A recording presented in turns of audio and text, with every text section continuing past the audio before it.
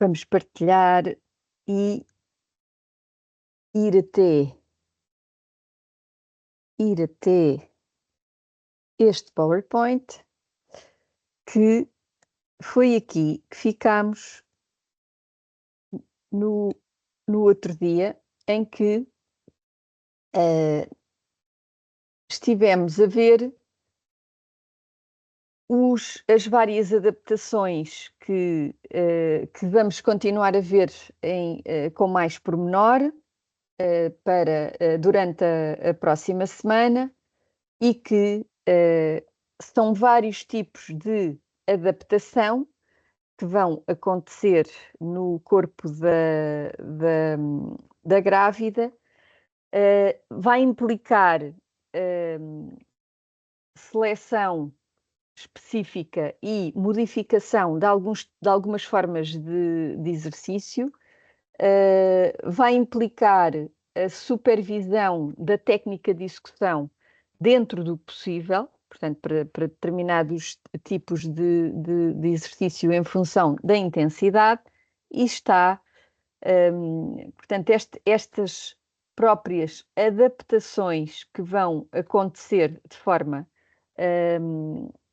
natural são precisamente as que estão relacionadas com os benefícios que a atividade física em geral e algumas formas de exercício físico em particular vão influenciar ou vão ter impacto no corpo da grávida, no processo de gravidez em si, no desenvolvimento do feto, no parto propriamente dito, e posteriormente na recuperação e na recuperação pós-parto e ao longo da vida. Portanto, temos aqui um conjunto de benefícios, portanto, que no fundo se traduzem em efeitos deste conjunto de estímulos. São efeitos que vai ter, portanto, que o exercício vai ter, e vamos lhe chamar exercício ou atividade física, vai ter durante este processo, e já agora tenho aqui na imagem uma Umbrella Review, portanto, o que é que sobre esta temática. O que é uma Umbrella Review?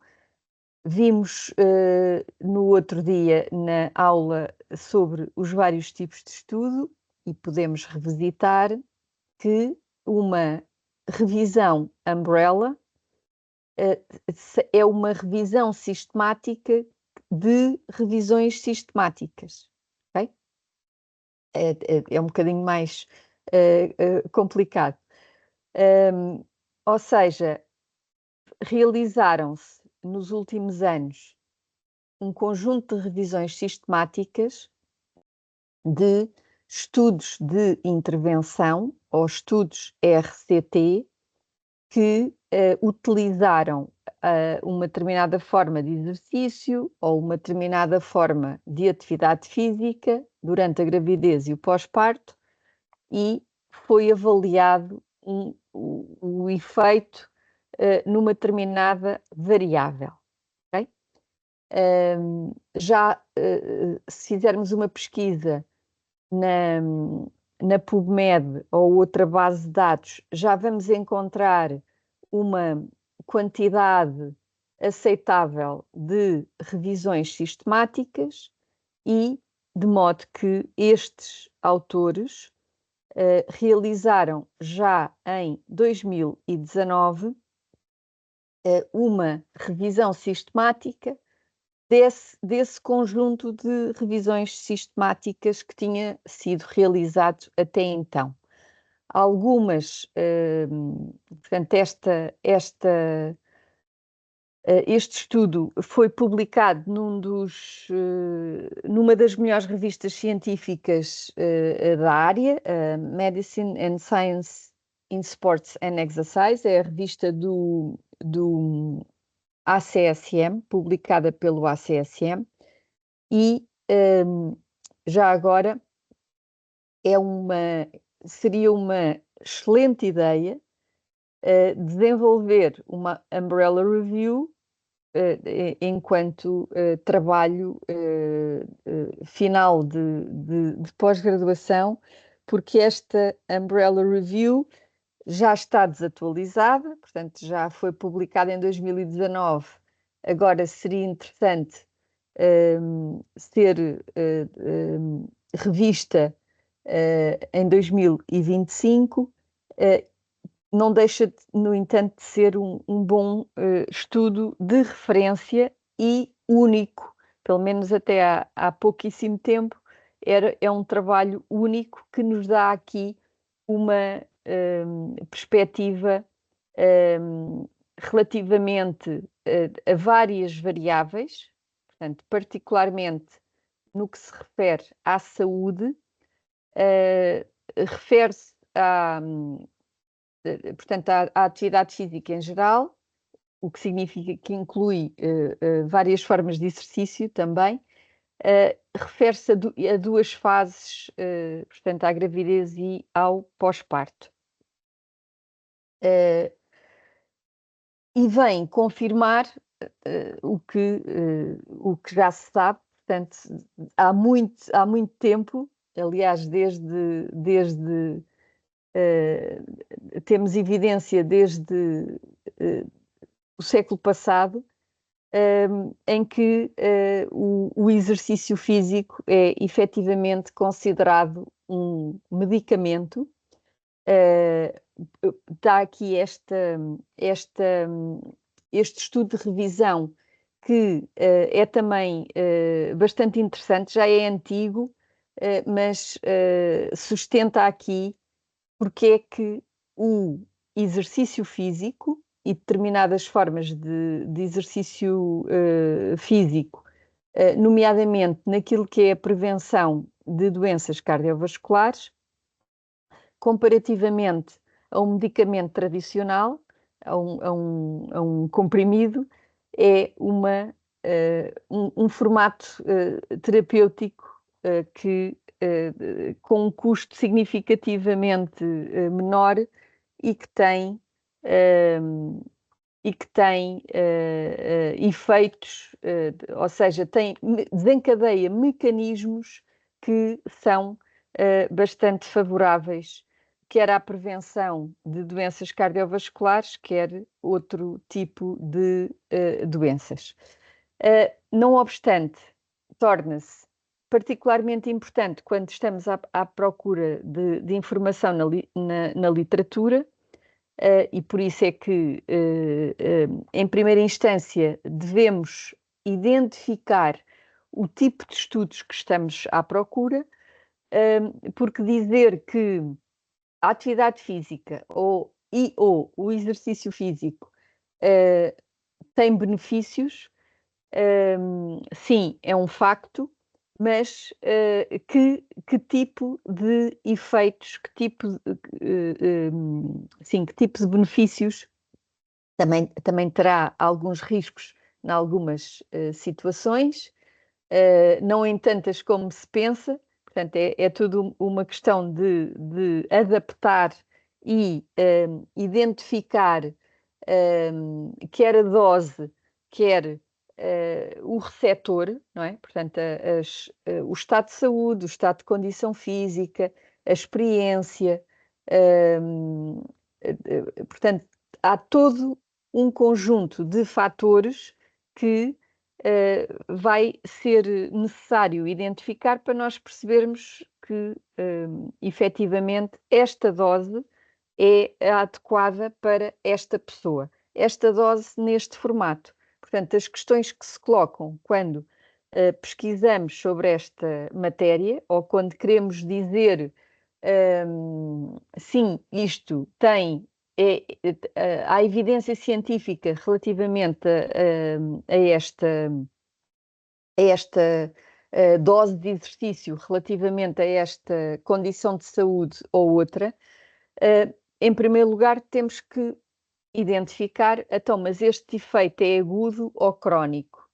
Ou seja, aquela forma de exercício vai proporcionar efeitos naquele momento, naquela aula, naquela semana, ou estamos a falar de uma situação que, ao longo do tempo, vai permitindo que exista uma determinada melhoria de uma qualquer condição. Estamos a falar de prevenção ou de tratamento ou melhoria, não é? Um estudo que nos indica que uma determinada quantidade de atividade física é um fator protetor, não é? Portanto, um fator de risco negativo de doença cardiovascular, é com certeza um tipo de estudo completamente diferente de eu dizer uma determinada dose de exercício físico é bom para melhorar a condição cardiorrespiratória, certo? Portanto, quando falamos de prevenção ou quando falamos de tratamento ou melhoria, estamos a falar de tipos de evidência diferentes. Torna-se importante identificar se uma determinada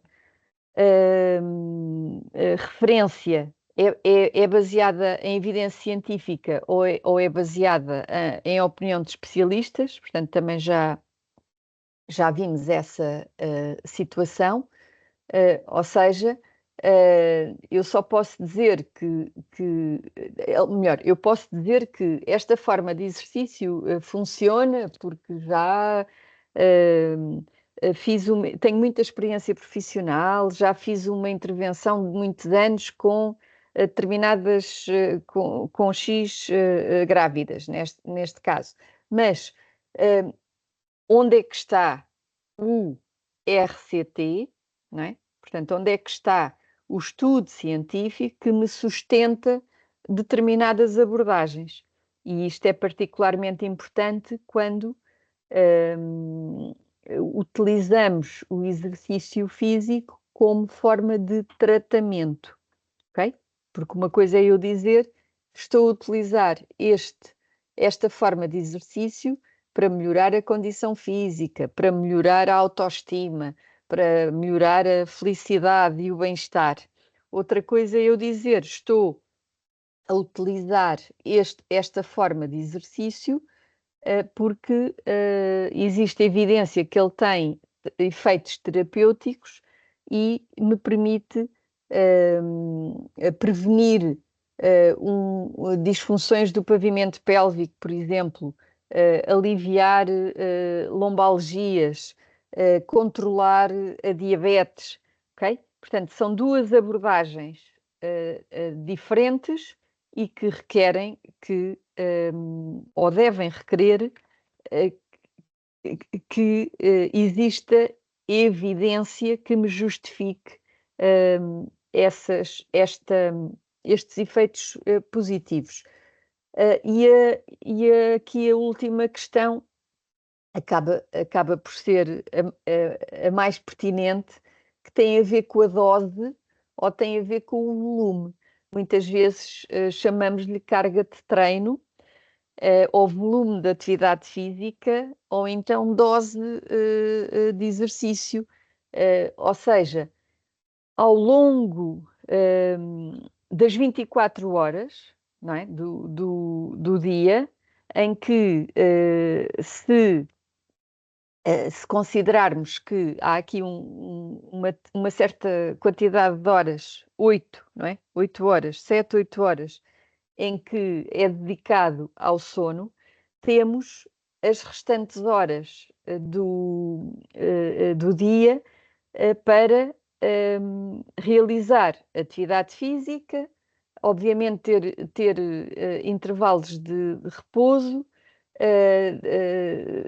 Também estamos em comportamento sedentário em algumas dessas horas e haverá tempo para realizar exercício ou para realizar atividade física que me permita dizer que estou a realizar atividade física. Já vamos revisitar a definição e que isso vai ter impacto na nossa saúde e da nossa condição física, ou nas componentes da condição física. E é portanto, a avaliação dessa dose ou desse volume que vai ter particular impacto enquanto estímulo para o desenvolvimento, portanto, neste caso, da gravidez, que vai ter impacto na saúde do feto, na saúde da mãe, no parto e ao longo da vida. E por isso diz que existe um efeito multigeracional, ou seja, o volume de atividade física durante a gravidez tem um impacto multigeracional e não é só na saúde da mulher. Daí a importância de estarmos bem cientes de onde é que vamos buscar, portanto, da qualidade da evidência e onde é que vamos buscar estas informações. Existem vários trabalhos, nomeadamente vários estudos de revisão, que nos traduzem, portanto, de forma muito interessante e muito apropriada pronto, em geral, o tipo de benefícios que podemos obter. Estão aqui dois exemplos já antigos, mas muito pertinentes, em que isto é no fundo, é uma espécie de guideline. Aqui chamam-lhe a declaração científica da AHA, American Heart Association, portanto, a Associação Americana do Coração, que também produz,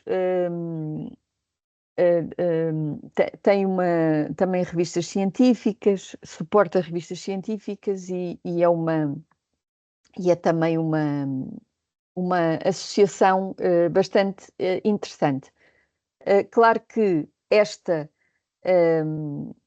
revisão, este estudo de revisão que já foi publicado há quase 10 anos, chama a atenção para a importância de se avaliar a aptidão cardiorrespiratória, ok?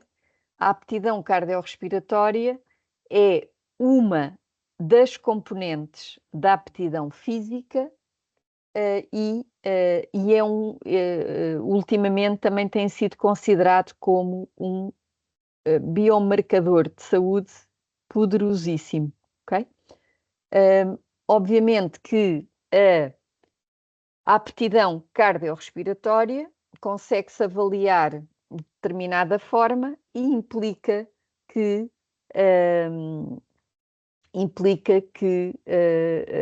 existe um determinado estímulo, um determinado tipo de exercício, nomeadamente aeróbio, que cada pessoa vai realizar portanto, com uma determinada dose, ok?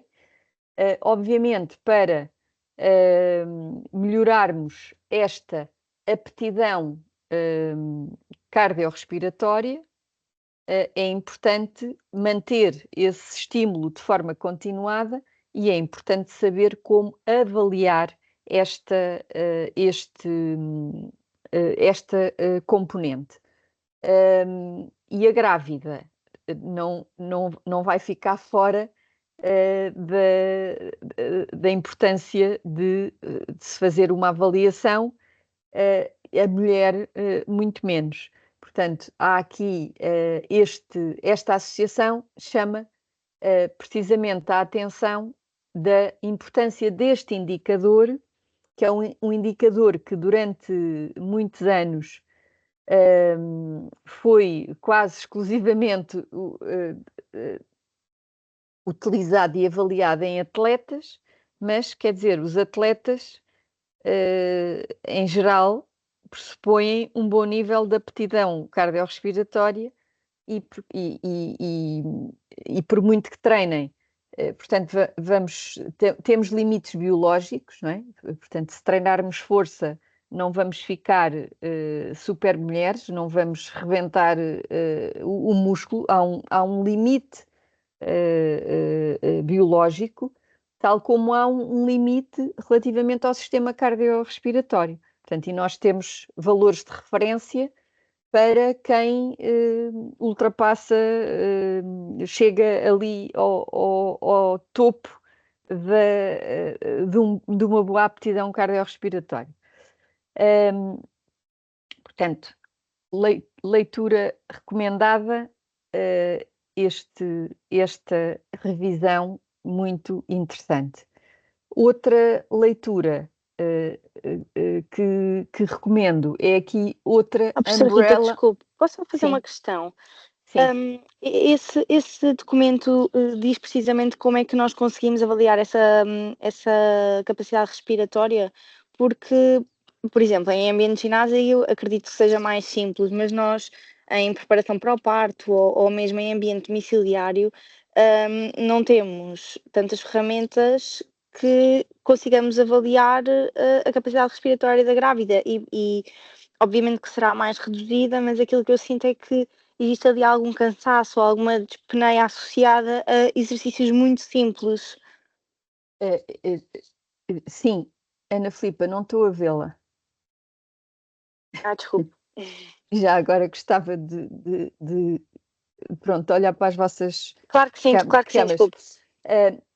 A questão é absolutamente excelente e, ou seja, nós vamos para a semana, portanto, Ok. na quarta-feira, na quarta-feira vão ter aula com o professor Rafael Oliveira, que vos vai precisamente explicar quais são as principais adaptações do sistema cardiorrespiratório e as principais formas de avaliação, porque existe uma formas de avaliação direta, ok? Que não é assim tão direta, depois já vamos ver, ou seja, por analisador de gases, ok? Existem formas de avaliar indiretas através de protocolos máximos e submáximos. Existem formas de avaliação através de testes de terreno e, finalmente, existem formas de avaliação por autorreporte. Ok? Obviamente que umas são mais acessíveis do que outras, porque implicam competências práticas para, ou melhor, qualquer um de nós pode aprender a utilizar o analisador de gases, certo? Mas nem todos temos acesso a um analisador de gases, nem nos hospitais. Pronto. Qualquer um pode aprender a realizar um teste submáximo, que, como bem dizia, se faz em alguns ginásios. Mas isso requer que nós saibamos muito bem os critérios de aplicação desses testes submáximos. e em que condições é que devemos adaptar. Pronto, como tal, existem testes de terreno que nos dão uma informação aproximada e que nós podemos perfeitamente utilizar.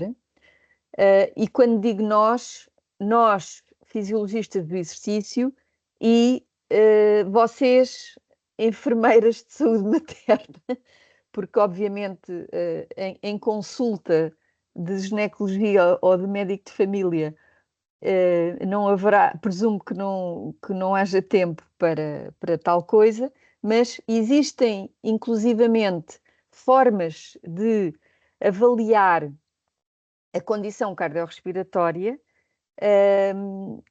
que até podemos ensinar as pessoas a fazer o teste sozinhas. Portanto, que aliás, é um pressuposto do trabalho que apresentei na semana passada de um dos nossos estudos e que a professora Joana Freitas está inclusivamente a validar uma bateria de testes para a grávida e para o pós-parto e por conseguinte, portanto, respondendo à sua pergunta, este artigo chama a atenção para que na prática clínica seja solicitado esta avaliação cardiorrespiratória para grande parte das pessoas, principalmente aquelas que poderão ser identificadas como preocupantes ao nível de cardiovascular. Não obstante, existem várias formas que podemos realizar com as grávidas e com outras populações, as quais vamos abordar com mais profundidade para a semana e depois na outra semana. Respondi? Pronto. Alguns desses testes, por exemplo, não é recomendado realizar testes máximos durante a gravidez sem supervisão médica, ok? Mas porquê? Porque assim, não há, se nós temos outras ferramentas que nos permitem verificar este indicador, é escusado estar a realizar uma coisa muito invasiva que vai provocar desconforto, que vai provocar cansaço, ok? E por outro lado, dependendo até do estado nutricional da grávida, vai-se instalar um processo de fadiga mais rápido, o que também não há interesse em estar, no fundo, a tornar as coisas desconfortáveis. Portanto, utiliza-se testes máximos, sim, em grávidas, sim, mas para efeitos de investigação, quando elas são atletas e para efeitos de investigação quando elas têm determinados problemas de saúde e isso está, nomeadamente cardiovasculares, e isso está, tem em conta a supervisão médica, ok? Existem outros testes submáximos que sim podem ser utilizados em ginásios, mas com ter atenção que se a pessoa que está a realizar um determinado teste tem formação adequada para isso. Porque, por exemplo, hoje em dia existem as várias marcas das passadeiras rolantes que até têm lá os testes por defeito. Pronto.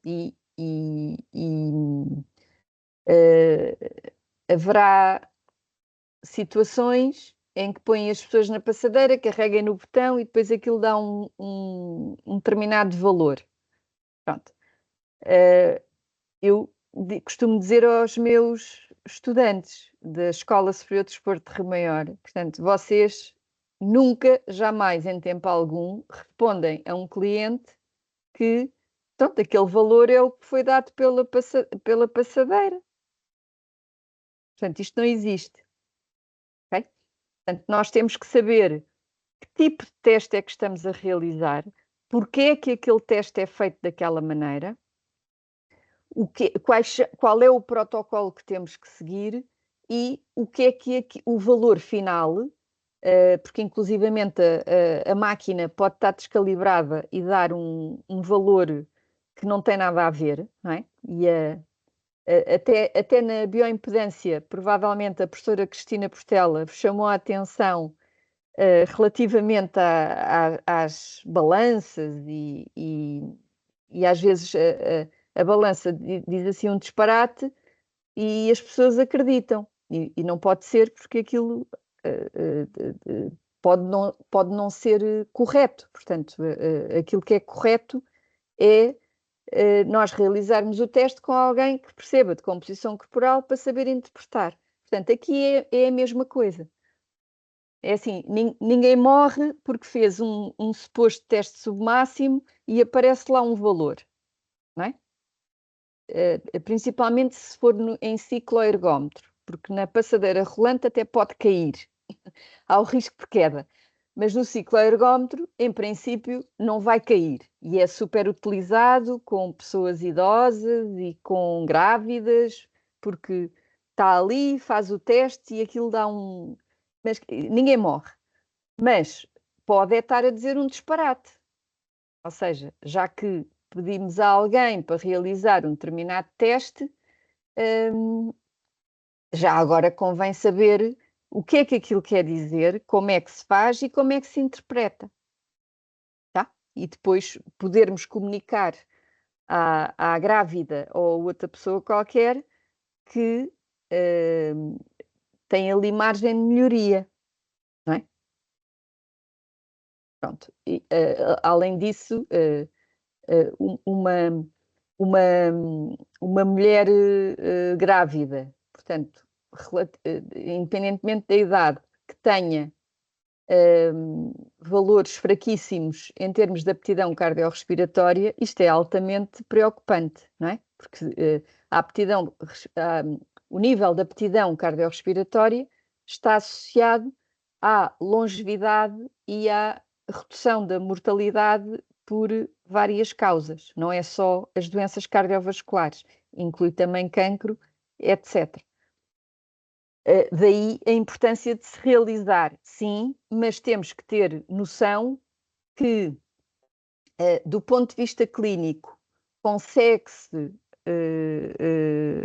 fazer testes, inclusivamente ao mesmo tempo que a aptidão cardiorrespiratória, como os eletrocardiogramas, que nos dão uma determinada informação.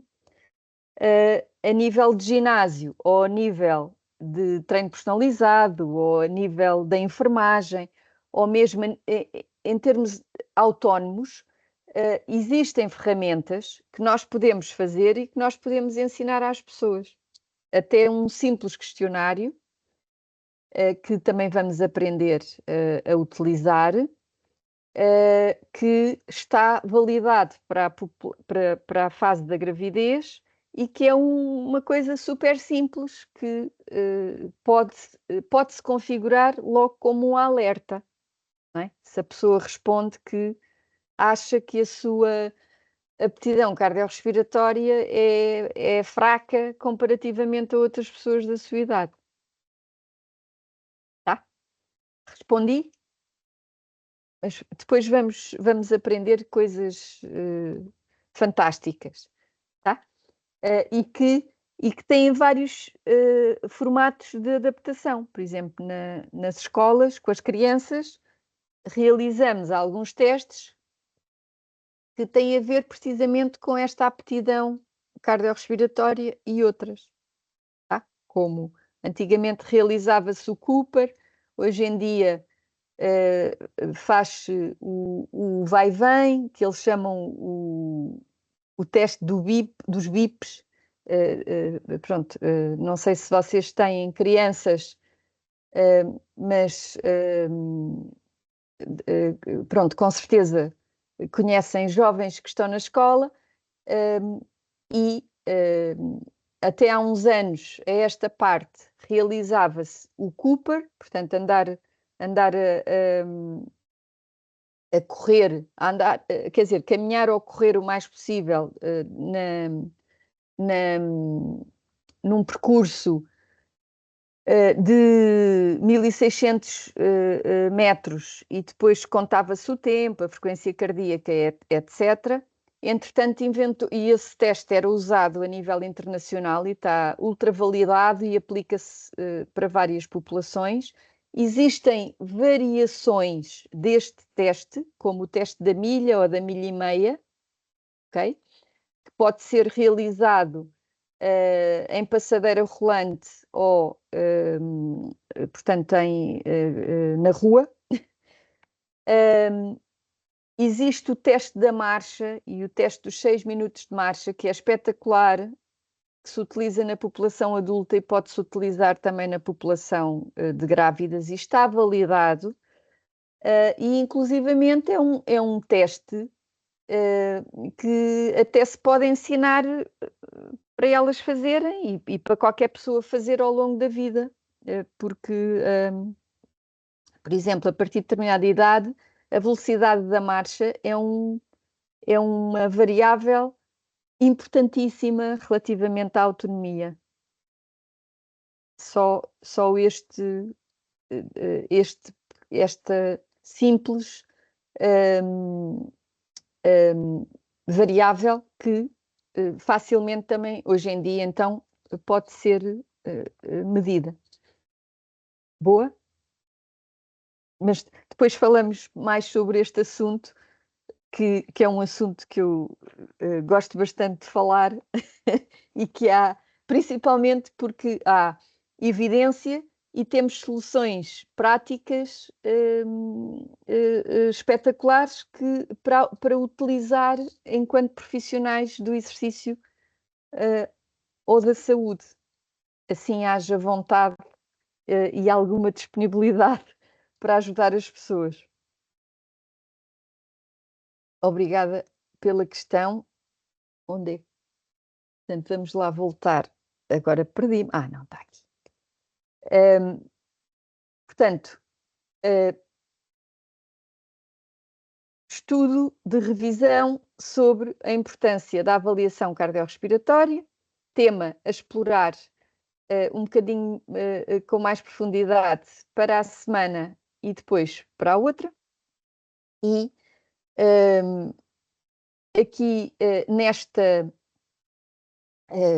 portanto, estes dois estudos não têm a ver com a gravidez propriamente dito, remete para a população em geral, e este estudo que está aqui ao lado é também uma umbrella review, ok?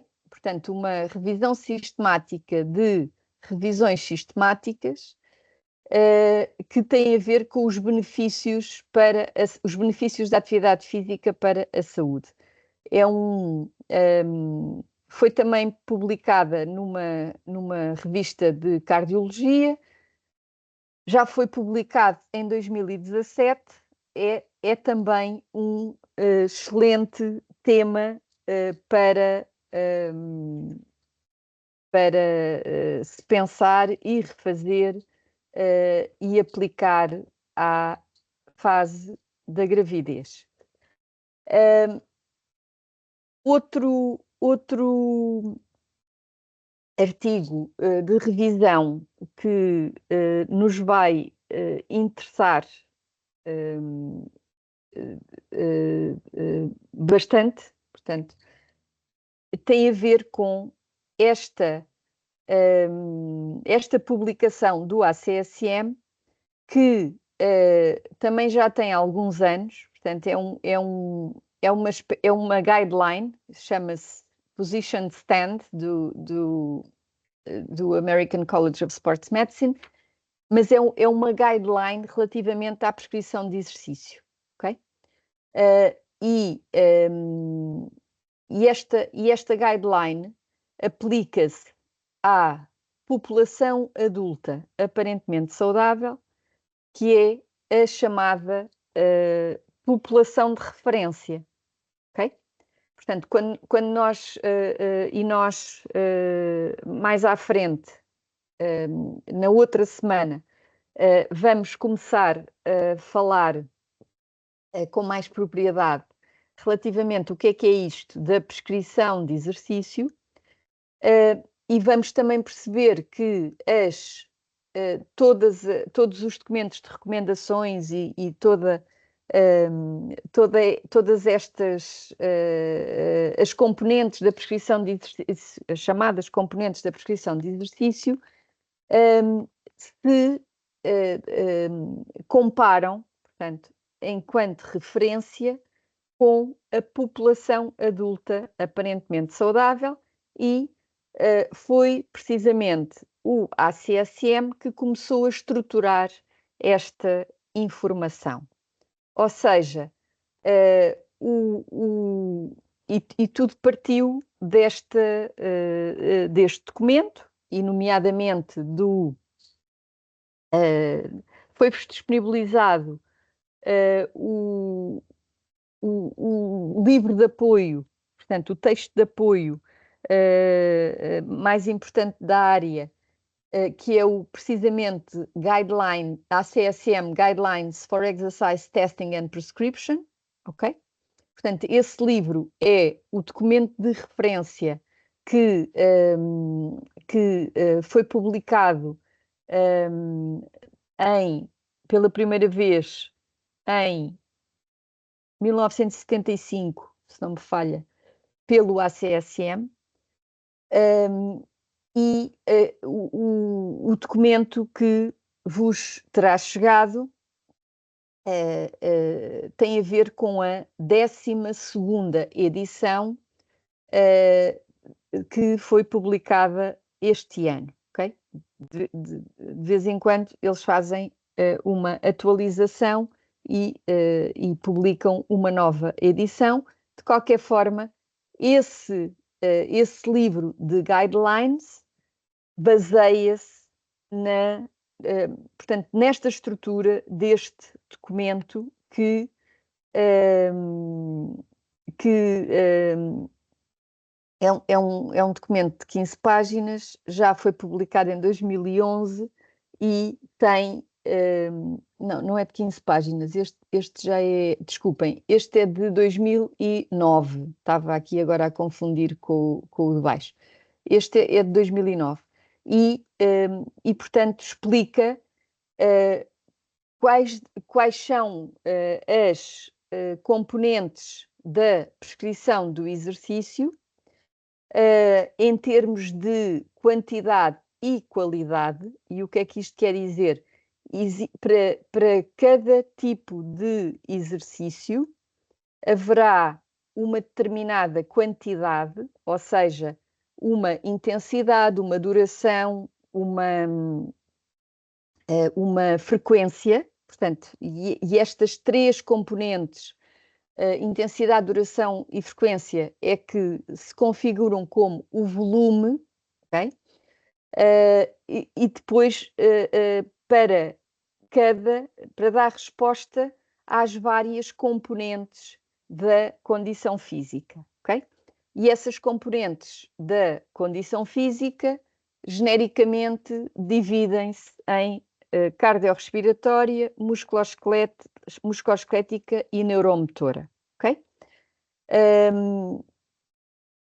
E a referência aqui tem a ver com portanto, já disse, população adulta aparentemente saudável. Com base nesta estrutura, temos as adaptações para todas as outras populações. Mas aquilo que vamos perceber é que, para a maior parte das populações, as guidelines da prescrição de exercícios são as mesmas, ok? Ou seja, em termos de o intervalo de intensidade, como é que vamos controlar essa intensidade, o volume, como é que vamos calcular esse volume em termos de dispêndio energético. Portanto, há aqui muitas possibilidades. Portanto, o que é que difere, então, as guidelines para as várias populações? Vai ter a ver com as adaptações específicas que vão ter que ser realizadas. E, em alguns casos, também tem a ver com a intensidade. Okay? A intensidade, e por falar em intensidade, os benefícios da atividade física vão estar relacionados com uma determinada quantidade ou uma determinada intensidade, certo? Portanto, quão difícil é realizar qualquer coisa, quanto tempo é que vamos estar a realizar qualquer coisa, tá? Quantas vezes vamos estar a realizar qualquer coisa. E de modo que podemos ter aqui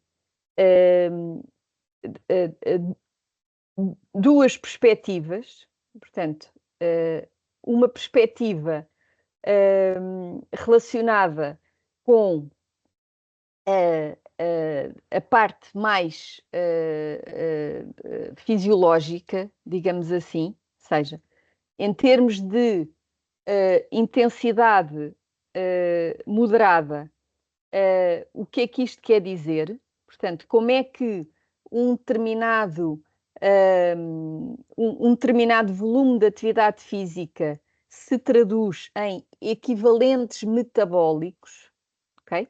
Portanto, aquela expressão que estamos a ver aqui, 3 a 6 MET, tem a ver com equivalentes metabólicos, ou seja, aquela quantidade, qual é a quantidade de atividade física, qual é o volume de atividade física que eu devo realizar para ter estímulo e para ter benefícios, portanto, isto ao longo da semana, que se traduzem num dispêndio energético adequado, não é? Porque o nosso organismo vai, ao longo da vida, para crescermos, para mantermos as nossas funções, melhorarmos a saúde e a condição física e depois atenuarmos os efeitos do envelhecimento, porque a partir de determinada altura vamos começar a diminuir as várias capacidades e por conseguinte, quanto melhor o nível de saúde e condição física, mais preparados estaremos para atenuar esses efeitos e mais capital temos em termos de prevenção, como é óbvio. Ora, existe a chamada carga, não é? Portanto, o equivalente metabólico, nós vamos precisar de forma continuada de utilizar energia para gastar energia, não é? Para as várias funções. Portanto, precisamos de comer e vimos há 2 semanas a diferença entre alimentação e nutrição e particularmente na fase da gravidez. Portanto, nós temos que ingerir nutrientes e ter energia para realizarmos um dispêndio energético também adequado. E o dispêndio energético para quê? Para fazer a digestão, para manter as funções vitais, para ter um sono adequado, para ter uma gravidez saudável, para desenvolver as tarefas da vida diária, para realizar exercício, para fazer o que entendermos, ok? Portanto, vai haver aqui um balanço entre aquilo que é o aporte energético com aquilo que é o dispêndio energético. Pronto, e esse dispêndio energético é absolutamente essencial ao longo da vida para a vida. Portanto, pressupõe a vida, pressupõe este equilíbrio. E não nos podemos esquecer também da parte mecânica, ok? Ou seja, quando realizamos uma determinada atividade, e aqui separamos o efeito metabólico do efeito mecânico, mas a verdade é que o efeito mecânico também é metabólico, mas do ponto de vista de estudo é mais fácil perceber isto em separado, ou seja, nós necessitamos de carga mecânica para desenvolver e manter o esqueleto, neste caso a massa óssea, ok? A massa óssea, que é também um tecido vivo, não é? Que é um tecido que vai crescer, portanto,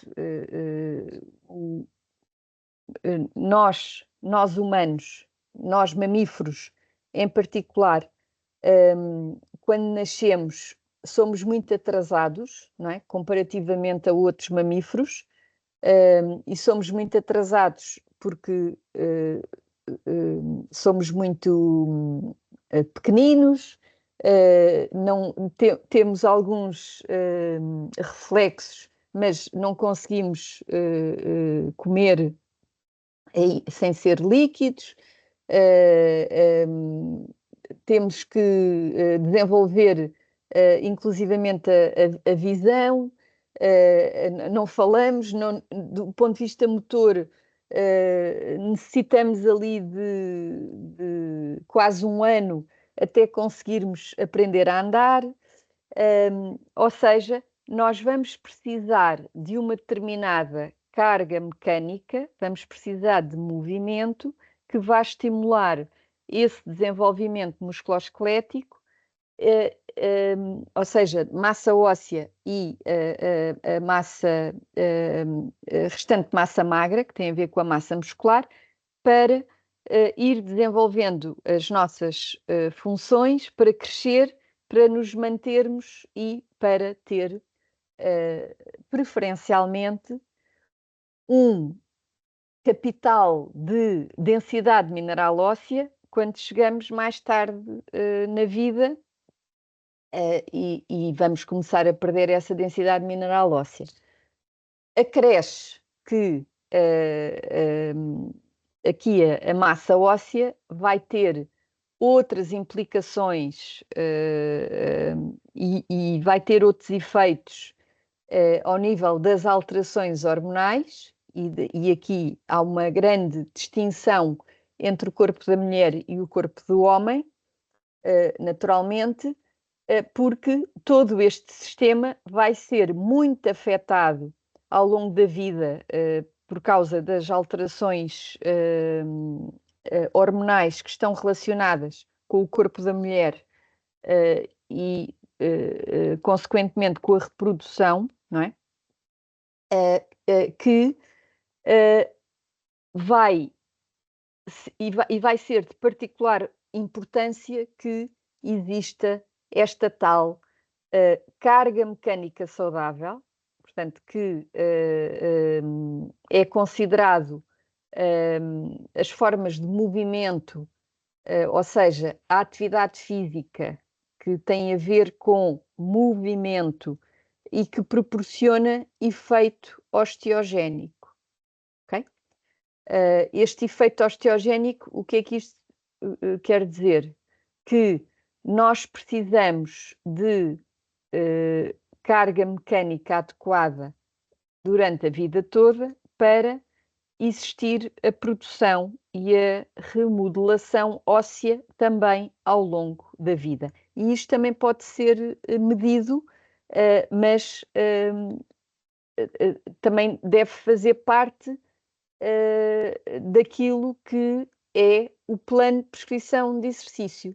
Portanto, perceber que, do ponto de vista metabólico, aquela pessoa precisa deste plano de treino, vamos chamar-lhe assim, ou de prescrição da atividade física, o que seja, mas temos que ter em conta que é possível quantificar esta atividade física do ponto de vista metabólico, ou seja, eu consigo calcular e hoje em dia consigo calcular muito bem, ou estimar quer o aporte energético através da alimentação, quer o dispêndio energético através da atividade física que uma pessoa tem, e paralelamente consigo identificar se vai existir efeito osteogénico ou não decorrente daquelas formas de atividade física que aquela pessoa vai realizar. E como é que eu adapto isto tudo quando aquela pessoa está grávida ou quando tem um problema de saúde ou uma deficiência física ou tem, por exemplo, excesso de peso e vou ter aqui compromissos do ponto de vista da saúde metabólica, mas ela tem que realizar atividade física, ok? Outra perspectiva, e creio que já terei chamado a atenção para esta importante revisão narrativa. Estes autores organizam muito bem este artigo, ou seja, organizam muito bem as componentes da prescrição de exercício relativamente a pelo menos 26 doenças crónicas em que existe evidência científica do benefício da atividade física para estas tais doenças. E portanto, este artigo não tem a ver com a gravidez.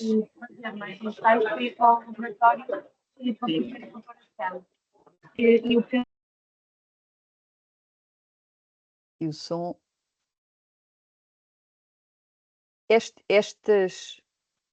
Estava eu a dizer que este artigo não tem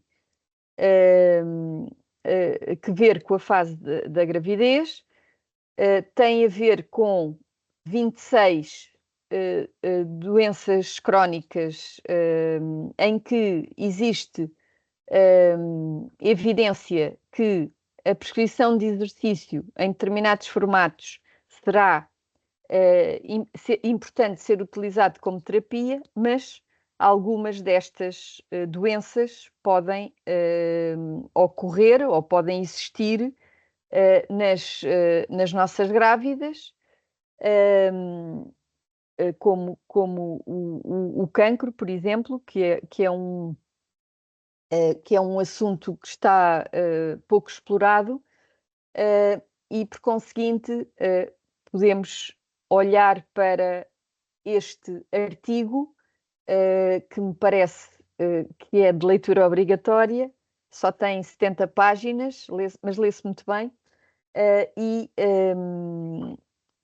por conseguinte identificar, portanto, o artigo tem 10 anos, seria importantíssimo haver uma atualização, mas podemos olhar para aqui um conjunto de doenças que poderão perfeitamente afetar as pessoas na fase da gravidez, ou, por outras palavras, existem grávidas que poderão ter já inicialmente algum tipo de doença das que estão aqui elencadas, que são muitas. Voltando às nossas grávidas, vamos ter, obviamente, benefícios gerais, porque a grávida, à partida, enquadra-se na população adulta aparentemente saudável, portanto, em geral. poderá enquadrar-se portanto, é uma população especial, porque é considerada uma fase especial da vida. Poderá ser uma atleta que essa atleta também é uma população especial e poderá ter algum tipo de deficiência ou condição clínica e, como tal, também tem que ser olhada dessa forma.